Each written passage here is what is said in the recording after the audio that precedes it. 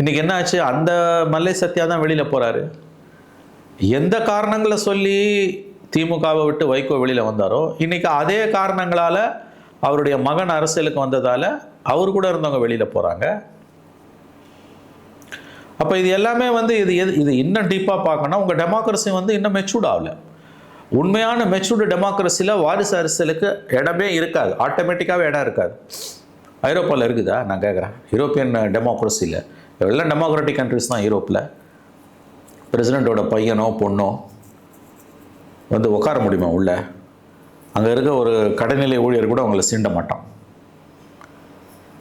German chancellor மார்க்கல் வந்து lady காலையில் 7 மணிக்கு வாக்கிங் போகிறாங்கன்னா அவங்க பாட்டு டிபார்ட்மெண்டல் ஸ்டோருக்கு போய் எனக்கு தேவையானது வாங்கிட்டு போயிட்டே இருப்பாங்க. நடந்து மக்களும் மக்களையான கண்டிப்பாக மாட்டான். அப்படி ஒரு கேரக்டர் இருக்கதே தெரியாது.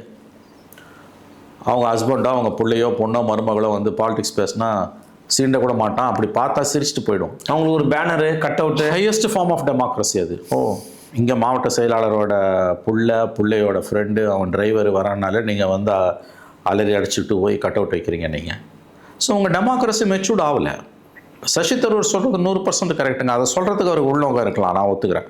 இது ராகுல் காந்தியை சீன்றதுக்கு அவர் சொல்கிறார். பட் அவர் சொல்கிறது 100% உண்மை. வாரிசு அரசியல் என்பது ஜனநாயகத்துக்கு பேராபத்து என்பதில் எந்த சந்தேகமும் வேணாம். குறைந்தபட்ச அறிவு நேர்மை உள்ளவர்கள் வாரிசு அரசியல் ஜனநாயகத்துக்கு ஆபத்தா என்று கேட்டால் எஸ், ஆம் என்று சொல்ல வேண்டும். ஆனால் அதை ஒரு கட்சிக்கு மட்டும் நீங்கள் பொருத்தாதீர்கள் என்று சொன்னால், பொருத்தி பார்க்காதீர்கள் என்று சொன்னால் அது நியாயம். ஆனால் ஆஸ் அ கான்செப்டே வாரிசா இல்லையான்றது முக்கியம் கிடையாது. அவங்க எந்த கொள்கையை பேசுகிறாங்கன்றது தான் முக்கியம். என்ன கதை அது? அவனுக்கு தகுதி இருக்கான்னு பாருங்க, திறமை இருக்கான்னு பாருங்க. இது மாதிரி ஒரு மன்னிக்கணும் அயோக்கியத்தனமான அறிவு நேர்மை இல்லாத ஆர்குமெண்ட் எதுவுமே இருக்க முடியாது. அடிப்படையில் இவர்கள் வந்து ஜனநாயகத்துக்கு எதிரானவர்கள், ஜனநாயக பண்பு இல்லாதவர்கள். நீ இப்படி சொல்லு, அதாவது வந்து இது சிக்கலான விஷயங்க, ஒரு நாளில் மாற்ற முடியாது, ஆண்டுகள் ஆகும், காலப்போக்கில் வரணும்.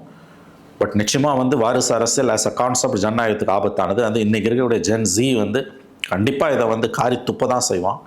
இது ஒரு கட்டத்தில் உங்கள் ஜனநாயகத்துக்கே